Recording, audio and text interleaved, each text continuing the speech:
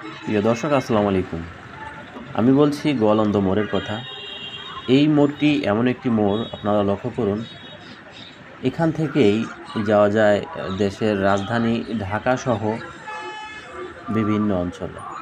তার মধ্যে রয়েছে ফরিদপুর, যশোর, খুলনা, বরিশাল, আরও অনেক জায়গায় যাওয়া যায়। দৃশ্যটি আমার এতই ভালো লেগেছে যা ভাষায় প্রকাশ করার মতো নয়।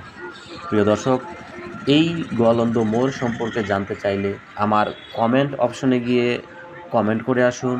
ইনশাল্লাহ পরবর্তীতে বড় ধরনের কোনো একটি ভিডিও আপলোড করা হবে আপনাদের জন্য।